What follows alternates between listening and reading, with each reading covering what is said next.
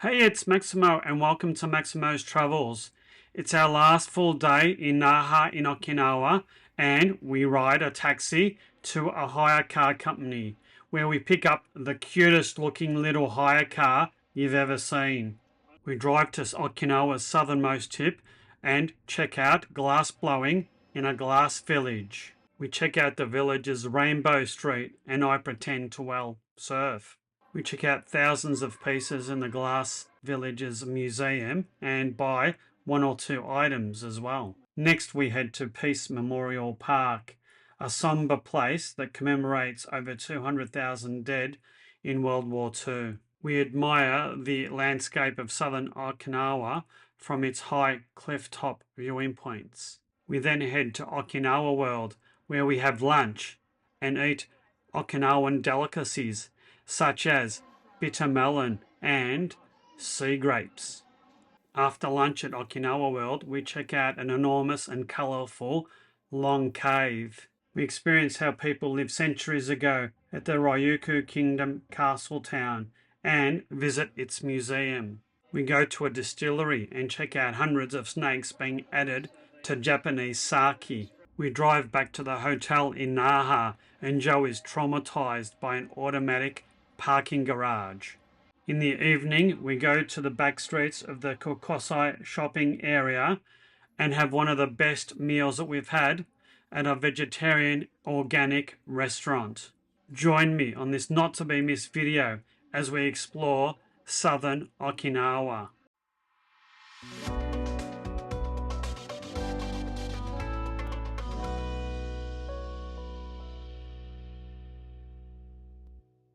It was our third full day in Okinawa and we had a long day ahead of us. We started off by getting a taxi to the OTS Car Rental agency, which is located right near the airport. We had pre-booked this car hire a couple of months before our trip. It was quite affordable. 5 days cost around 294 Australian dollars or less than 60 Australian dollars per day. We picked up the car at the hire place with a minimum of fuss. So we've just picked up our hire car. It's a funky little, I don't know what you'd call these, a funky little square car. It's a Toyota. It's a Toyota Roomy. Okay. Let's go on our Okinawa driving adventure. We really like this little funky minivan. It had plenty of space for all our luggage and sufficient power coming out of its 1 litre engine. And if you're planning to rent a car in Japan, you do need to get an international driver's permit as well as bringing your license and your driver's license issued in your home country. Also, they drive in the left in Japan, which is easy for us because we drive on the left in Australia, but for most of the other countries in the world that you might be coming from, this would be quite strange to you. I will do a separate video about the hints and tips for driving in Japan, so look forward to that coming out in the next week or two. We drove to our first destination, the Ryukyu Glass Village, about a half an hour drive and 12 and a bit kilometres due south of the car rental place. It was located on the far southern tip of Okinawa Island. It didn't look like much from the outside, but you shouldn't judge a book by its cover. There were a couple of signs and a souvenir shop at the front, and around the corner there was a very extensive glass blowing furnace and workshop. Well, you can really feel the heat, can't you?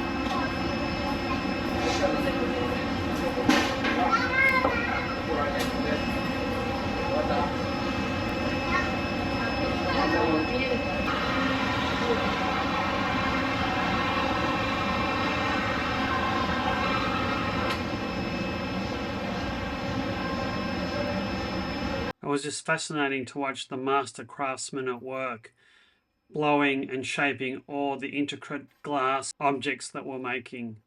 Jo has a particular fondness for glass making and glass blowing, seeing as her business is focused on glass beads. We spent about 15 or 20 minutes watching these guys at work until the heat drove us away. I just don't understand how these guys can do it day in, day out in the extreme temperatures that they work in. A little longer than a few minutes later.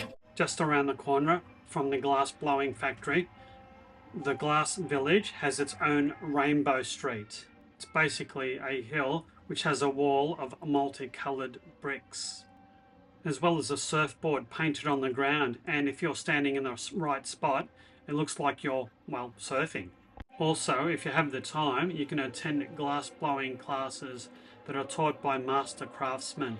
Unfortunately, we didn't have time to attend one of these classes, but we did go to the very impressive glass museum with its very impressive multi-story stained glass roof and windows. The thousands of pieces of glass artworks was even more impressive than the foyer.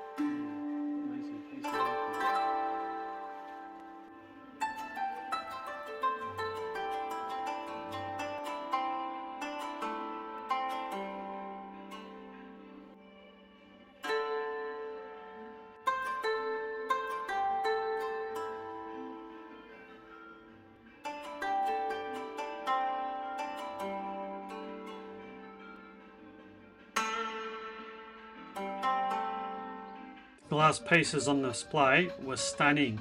They even had some for sale, and we did buy a couple of items as mementos. We stayed about an hour and a half at the glass village and then jumped in the car and travelled 10 minutes and about 5 kilometres to our next destination, Peace Memorial Park. We just arrived at the Peace Memorial Park,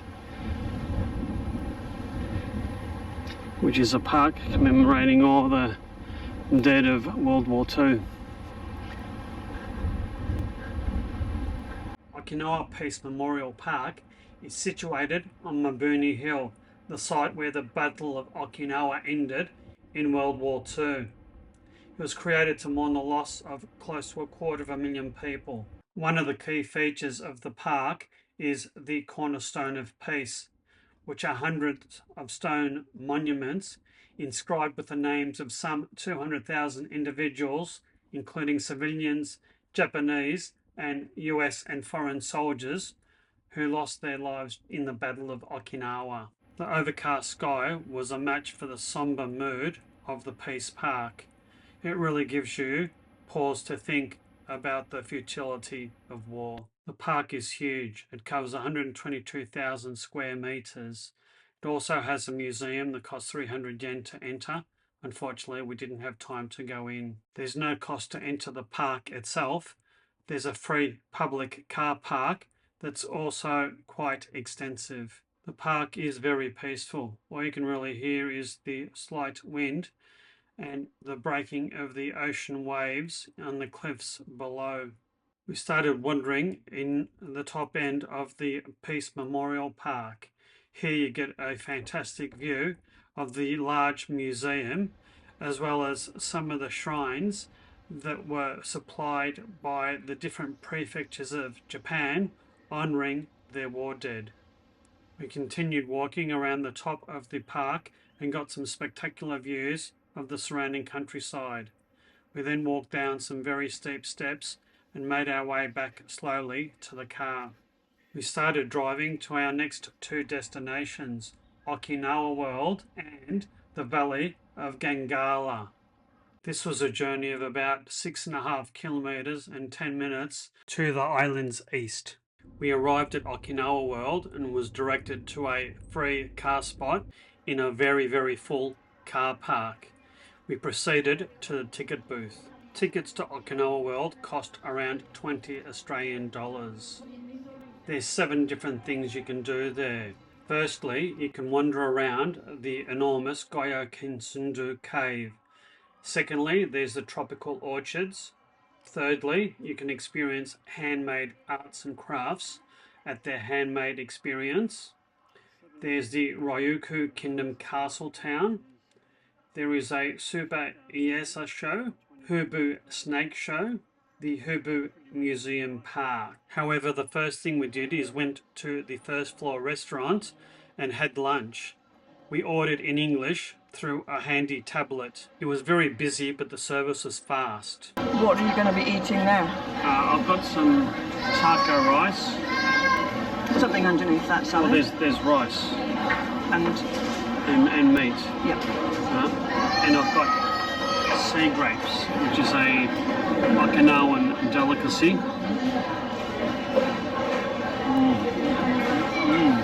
Interesting. Maybe just a couple. Just go Wow, for what it. the hell?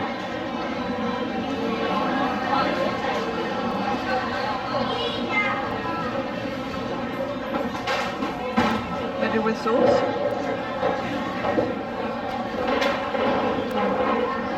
That tastes like the sea. It's salty and sort of seaweedy, but in a sweet. It's sweet and salty. And when you crunch on the little grapes, they pop and explode in your mouth. I'll try it with a bit of soy sauce, which might be easier said than done.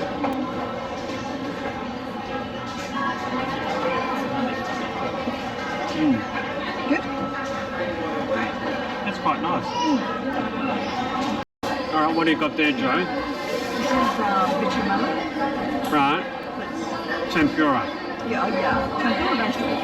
Right. So this is bitter melon, which is quite bitter. I don't know what these are, but they taste okay. They're like leaves. Leaves. This must be pumpkin. Right. This is A mushroom. mushroom, I reckon. Sweet potato. Right. Zucchini maybe? Maybe. Or eggplant. One of the two. Eggplant and like a mixture. Right. Probably a mixture. So what's the bitter melon like? Bitter. Quite bitter. Very bitter? Yeah, it was a circle and I already Right. Is it awfully bitter or I mean, an acquired taste? Would you eat it again? you don't need it in small amounts. Right. Like the one that you've got. One piece, really. Yeah. Excellent. Well, I'm enjoying my taco rice. Lunch was nice and it was reasonably inexpensive, around about 35 Australian dollars. We then made our way to the huge cave. It's the largest limestone cave in Okinawa. And as typical with Japan, there were warning signs posted, but I'm not really sure what internal organs disease was all about. We entered the cave and proceeded down the couple of hundred steps until the cave floor below. It was quite dark and quite dreary and musty as well. This cave system is around about 5 kilometers long, only a kilometer of which is accessible to the general public. We've been to a few fantastic caves over the last couple of years, namely Grotto Gigante in Trieste, Italy, with its main hall reaching nearly 100 meters high, and the Postojna Cave in Slovenia, which is around about 25 kilometers long, and you actually get to ride on a train in order to reach the depths of the cave itself. If you're interested in caves and want to seek out those videos, they're available on the Slovenia and Italy playlists, respectively.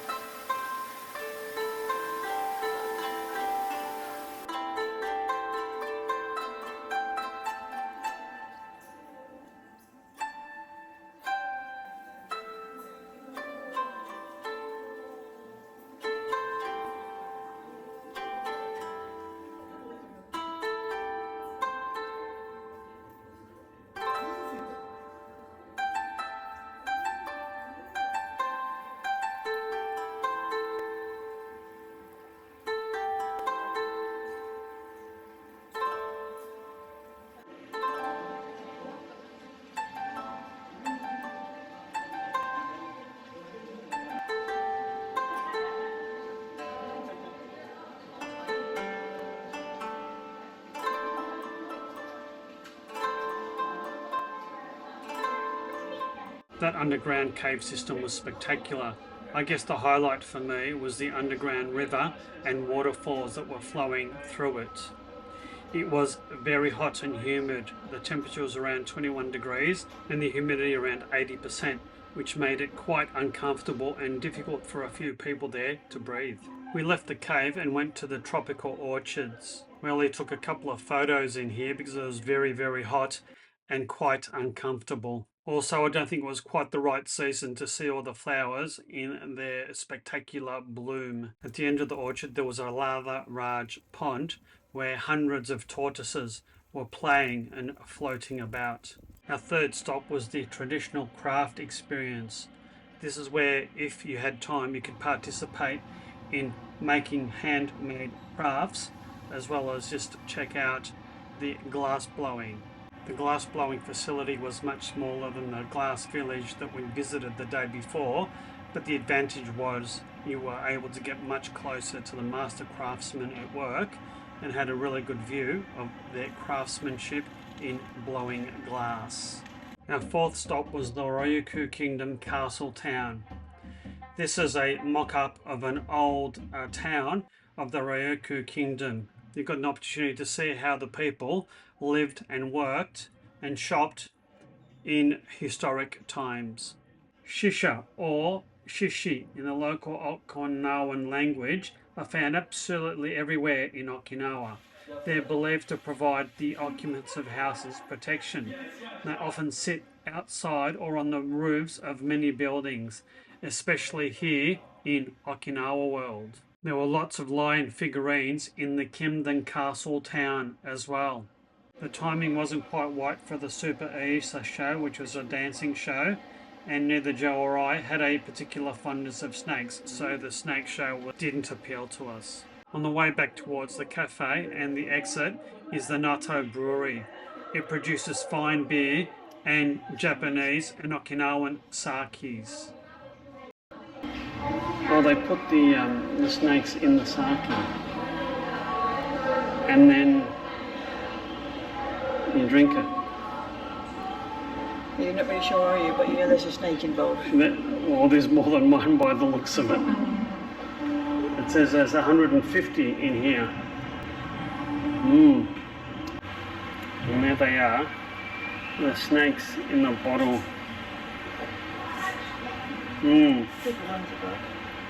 Big ones above.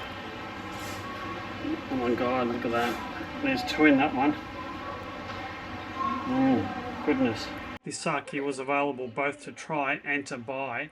It just didn't look that appealing, to be honest. That was a step too far for us. We'd spent about 3 hours at Okinawa World, and unfortunately this didn't allow enough time to us to visit the Gangala Valley. This happened to be located right across the road from Okinawa World. However, it was around about 4:30, and that was the cut-off time for last entry, unfortunately for us. In hindsight, we would have done the valley first and then Okinawa World second. The Valley of Gangala features quite a large cave as well as forested areas along the valley floor.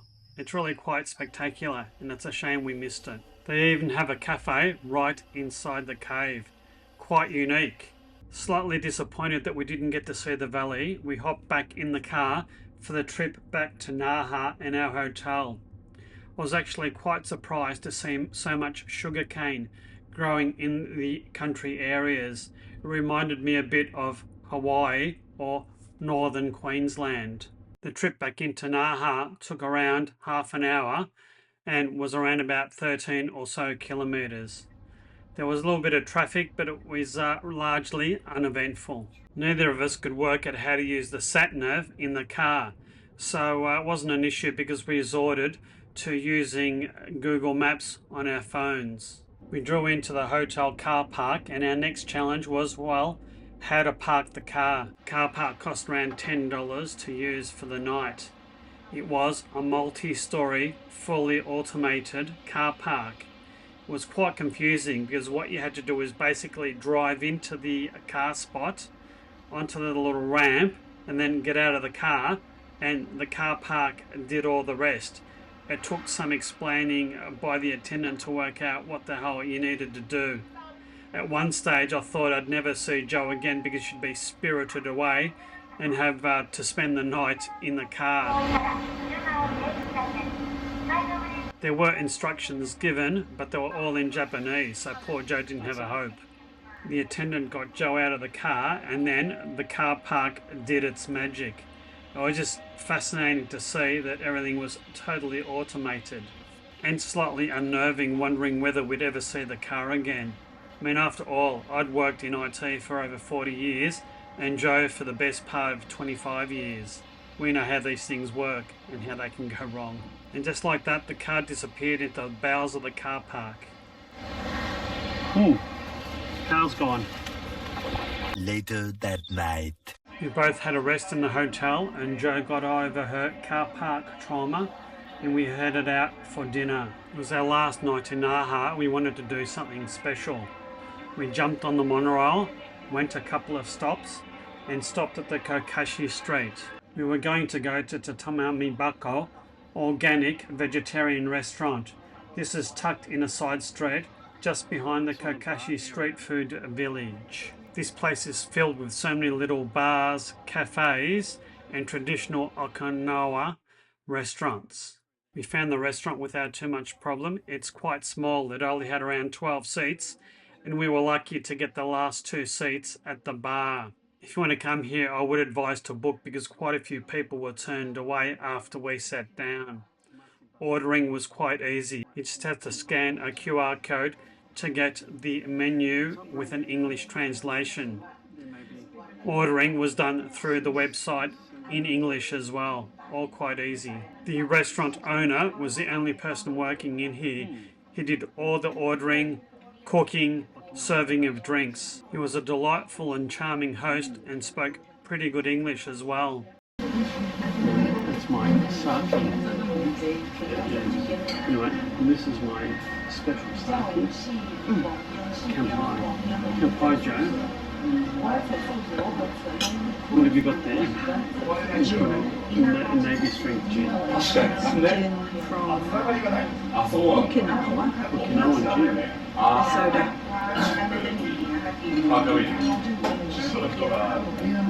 Very nice.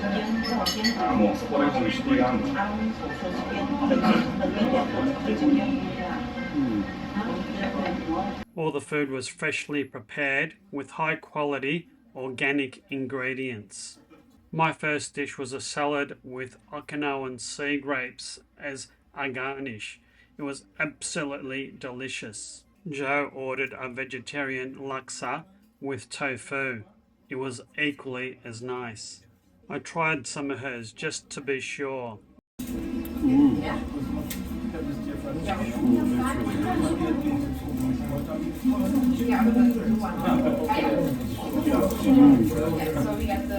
fantastic. That is a tofu dish with rice. It's very, very nice.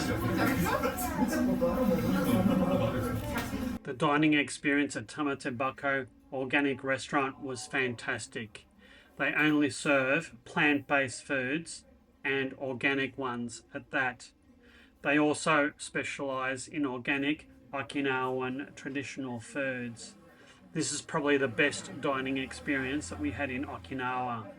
If you want to go there, don't forget to book. We finished up at the restaurant and wandered through the back streets of Kokashi Dori. It was a very vibrant, lively scene, filled with light and plenty of people. It was a fantastic few days in Naha in Okinawa. We were going to set off early the next morning to explore the north of Okinawa. So stay tuned for some of those videos coming up in the next couple of weeks. I do hope you've liked this video.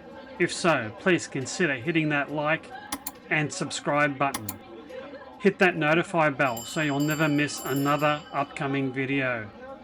If you'd like to support my channel, please consider buying me a coffee or hit that super thanks button. And until my next videos from northern Okinawa, you take care and bye now.